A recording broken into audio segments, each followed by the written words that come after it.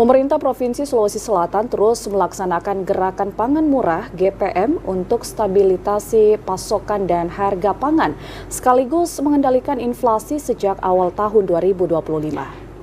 Ya, dan selain jelang Hari Ulang Tahun Sulawesi Selatan ke-356, juga memastikan keterjangkauan harga pangan bagi masyarakat yang lebih murah dibandingkan harga pasaran. Untuk mengetahui sejauh mana efektivitas dari gerakan pangan murah serentak di Provinsi Sulawesi Selatan, saat ini kita telah terhubung bersama dengan Sekretaris Dinas Ketahanan Pangan Sulawesi Selatan, Bapak Kemal Redindo Syahruputra. Assalamualaikum warahmatullahi wabarakatuh, Bapak. Waalaikumsalam warahmatullahi wabarakatuh. Ya, apa kabar hari ini, Pak?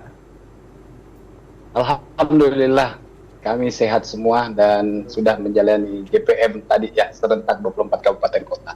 Ya, baik Pak, langsung saja Pak Kemal, menurut Bapak apakah GPM ini membantu meringankan beban kebutuhan pangan rumah tangga warga dan sejauh mana efektivitasnya? Ya, terima kasih. Saya kira itu pertanyaan yang baik ya. Kalau kita berbicara gerakan pangan murah, tentu gerakan pangan murah ini efektivitasnya terhadap bantuan terhadap pemenuhan pangan untuk masyarakat ini sangat membantu bagi ibu-ibu rumah tangga. Kenapa? Karena di dalam setiap gerakan pangan murah ini pemerintah wajib untuk memberikan pangan-pangan hasil daripada Sulawesi Selatan itu dengan harga yang tidak kalah murahnya dibanding dengan pasar yang ada. Sehingga ini bisa dapat bermanfaat untuk bagi ibu-ibu rumah tangga yang menopang keluarganya untuk memenuhi kebutuhan pangannya di rumah tangga. Baik. Seperti itu. Baik, Pak. Luar biasa sekali, Pak ya. Dan untuk gerakan pangan murah ini apakah menjadi pertama di tahun ini atau akan menjadi gerakan setiap tahunnya, Pak? Saya kira gerakan pangan murah ini kalau kita bicara pertama tidak. Ini memang rutin kami lakukan di pemerintahan, khususnya di Dinas Ketahanan Pangan, dalam rangka penstabilan harga tentunya dan pengendalian inflasi yang ada. Oleh karena itu, kalau kita bicara tahun 2025 saja, ini sudah lebih daripada 600 sampai 800 kali kurang lebih. Saya kurang hafal. Tetapi kalau kita bicara dari 2022, serentak sudah ada lebih dari 1.500 kali kami buat. Seperti itu. Bahkan pemerintah pusat juga menobatkan kami sebagai inovator gerakan pangan murah untuk dicontoh pada gerakan pangan murah serentak oleh Badan Pangan Nasional. Luar biasa, Pak. Iya, Pak Kemal, kalau kita melihat dampak dari GPM ini terhadap harga pasar di wilayah Sulawesi Selatan, misalnya menekan kenaikan harga, seperti apa sih Pak dampak GPM ini? Jadi kalau kita bicara dampak tentu berdampak pada masyarakat ya. Seperti misalnya dalam pengatasan harga beras, harga komoditi-komoditi lain, cabai, rawit, dan lain-lainnya itu tentu dalam perjalanan pasti terjadi fluktuasi harga. Tetapi gerakan pangan murah ini hadir tentu menjadi solusi bagi masyarakat. Sebenarnya pangan kita cukup, stok kita banyak. Tetapi yang membuat mereka naik ketika cabai itu diambil dari Wajo dibawa ke Makassar. Artinya ada penambahan biaya yang diakibatkan oleh itu sehingga harganya bisa melambung tinggi. Iya, Pak. Maka dari situlah gerakan pangan murah ini hadir. Bagaimana memotong rantai pasok dan menghadirkan langsung para petani itu hadir di gerakan pangan murah. Kalau kita lihat tadi di gerakan pangan murah yang diadakan oleh TVRI, itu kami hadirkan langsung penyedia-penyedia pangan dari Maligino dan cabai dari Wajo dan lain-lain itu. Hadir semua di situ sehingga yang dibeli oleh masyarakat itu pada saat gerakan pangan murah memang betul-betul dari hasil dari para petani itu sendiri. Sehingga harganya tentunya jauh beda dibanding yang lain. Seperti itu. Langsung pada sumbernya, berarti Bapak ya, selain langsung pada sumbernya. Selain menguntungkan masyarakat dengan kualitas yang terjaga, juga membantu para penjual untuk bisa langsung bersentuhan langsung dengan masyarakat, begitu Pak ya? Betul.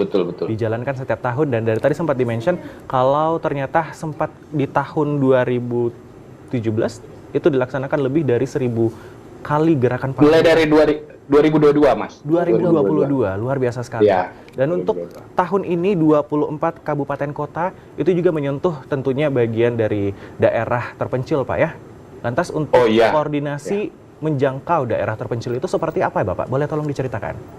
Oke. Kalau kita mengadakan serentak artinya melibatkan seluruh stakeholder yang ada di kabupaten kota. Tentu ini tidak lepas dari hasil kerjasama kita dengan para stakeholder penyedia pangan yang ada, para stakeholder yang ada di kabupaten kota, Pak Bupati, Ibu Bupati yang ada di kabupaten kota, Pak Sekda, termasuk dengan penyedia-penyedia pangan seperti Bulog dan distributor-distributor pangan yang lain. Nah, ini kami kolaborasikan terhadap penyedia kerjasama untuk melakukan satu gerakan yang dimana ini hadir untuk masyarakat dan pada saat yang bersamaan, sehingga masyarakat bisa melihat bahwa stok kita ada kok, harga kita bagus kok, ketika memang ini betul-betul diperhatikan oleh pemerintah. Dan saya kira selama ini dari tahun 2022 kita bekerja sama dengan kolaborasi dengan beberapa kabupaten kota yang dilakukan segencar-gencar mungkin untuk melakukan gerakan pangan murah itu. Akhirnya kan di tahun 2023 24 kemarin kita berada di angka 1, sekian. 2024 itu kita masuk kepada 5 terbaik provinsi yang mengendalikan inflasi. Semoga dengan gencarnya gerakan pangan murah ini kembali, kita akan bisa meraih angka inflasi yang cukup lah dalam penilaian inflasi itu. Ya, Pak. Tentunya ini ada hambatan dan juga solusi yang diterapkan dalam program GPM ini. Lalu apa tantangan utama yang dihadapi dalam pelaksanaan gerakan pangan murah di Sulawesi Selatan? Bagaimana mengatasinya? Kalau kita bicara problematik tentu banyak. Tapi saya kira kalau kita koordinasi baik pada seluruh stakeholder, Pak. Karena semenjak kami adakan ini, kalau misalnya kami udah kehabisan anggaran, ada BI yang membantu. Sudah tidak ada lagi anggaran, ada kabupaten kota yang membuat itu secara mandiri. Tidak ada lagi anggaran di kabupaten kota, kita tinggal minta ke Badan Pangan, dibuatkan lagi. Jadi saya kira tidak ada masalah. Walaupun seterpencil apapun daerah itu, insya Allah kami bisa masuki untuk gerakan pangan murah itu. Seperti itu. Luar biasa, Pak. Kolaborasi dari seluruh stakeholder ini menjadi kata kunci, Pak ya. Bagaimana bisa mensukseskan gerakan pangan murah ini. Dan kalau kita melihat cerminan dari tahun 2024 menjadi 5 terbaik dari gerakan pangan di seluruh Indonesia, Bapak ya. Dan tentunya harapan ke depannya, apakah ada indikator keberhasilan atau mungkin target yang ingin dicapai secara khusus di tahun-tahun sebelumnya, baik jangka pendek maupun jangka panjang, Pak? Ya, tentu kalau kita bicara indikatornya adalah ketersediaan untuk pangan kita di Sulawesi Selatan itu cukup. Itu dulu yang pertama. Bahwa di Sulawesi Selatan kita tidak kekurangan pangan. Bahkan Sulawesi Selatan adalah penyuplai 20% pangan yang dibutuhkan oleh Indonesia. Itu dulu. Artinya, kalau kita bicara cuma stok dan bahan baku, itu tidak mungkin kita kekurangan. Yang kedua, itu dari aspek keterjangkauan. Aspek keterjangkauannya, ketika kita katakan berhasil, harga terkendali. Ternyata, di balik permainan harga yang cukup kita lihat di belakang ini, ternyata ada kok yang memang mengakibatkan harga naik itu. Tetapi bukan pada harga pangan itu sendiri. Gitu loh. Ternyata ada ongkos bensin, ongkos angkut yang membuat itu naik barang. Sehingga ketika kita mengadakan GPM ini, inilah yang tersolusikan, yang dibuat oleh pemerintah Provinsi Sulawesi Selatan. Iya, baik Pak Kemal, terakhir closing statement bagaimana langkah konkretnya yang diambil untuk memastikan keterjangkauan harga pangan bagi masyarakat di Sulawesi Selatan melalui GPM, terutama menjelang Hari Ulang Tahun Sulawesi Selatan yang ke-356. Silakan Pak Kemal. Ya, saya kira sesuai dengan sambutan Bapak Gubernur Sulawesi Selatan, bahwa beberapa program pemerintah itu yang mengharuskan penambahan terhadap sektor pangan yang ada, baik dari segi produktivitas, dari segi stok yang ada, itu menjadi satu solusi buat kami menjaga harga yang ada dan keterjangkauan yang ada untuk masyarakat Sulawesi Selatan. Bahwa ada mandiri bibit benih padi, ada beberapa penambahan close house yang diadakan di peternakan, dan ada beberapa kebijakan yang dilakukan oleh Bapak Gubernur di tahun 2025 ini meringankan kami juga sedikit untuk mengendalikan harga.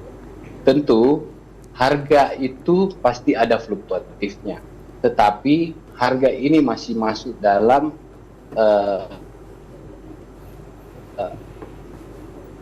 skema yang masih masuk dalam pantauan kita lah, artinya masih normal-normal. Kita seperti misalnya kita mengontrol beras, ketika harga beras itu sudah cap-nya sudah dinaikkan 13.500 untuk medium, harga ternyata di Sulawesi Selatan itu paling tinggi 13.400, Pak. Jadi kebijakannya yang kita minta kepada pusat untuk merubah sehingga ini bisa berdampak pada sisi inflasi kita. Tentu banyak lagi yang lainnya, sehingga ini membuat kita bisa menjaga ketersediaan. Yang perlu kita sampaikan kepada masyarakat tidak perlu panik buying dan merasa bahwa ada oplosan apa. Kami sudah cek bersama dengan pihak-pihak yang berwenang bahwa di Sulawesi Selatan tidak ada oplos. Yang kedua, stok kita banyak. Hanya memang ini perlu lebih kolaborasi terhadap para penyedia pangan, baik BUMN, stakeholder kabupaten. Ini perlu kolaborasi untuk menyalurkan secepat mungkin yang menjadi stok pemerintah Sulawesi Selatan. Iya, Pak. Luar biasa sekali, Pak. Saya rasa untuk masyarakat dari Provinsi Sulawesi Selatan tidak perlu khawatir, Pak, ya. Melihat dengan angka sekarang 20% itu disuplai dari Sulawesi Selatan. Kita harapkan juga melalui program dari pemerintah, melalui dari Bapak Gubernur, bisa selanjutnya menekan angka inflasi yang ada di Indonesia. Terima kasih banyak atas waktu yang telah diberikan oleh Sekretaris Dinas Ketahanan Pangan Sulawesi Selatan, Bapak Kemal Redindo Syahruputra. Selamat melanjutkan aktivitas, Bapak. Ya, makasih banyak. Assalamualaikum. Waalaikumsalam.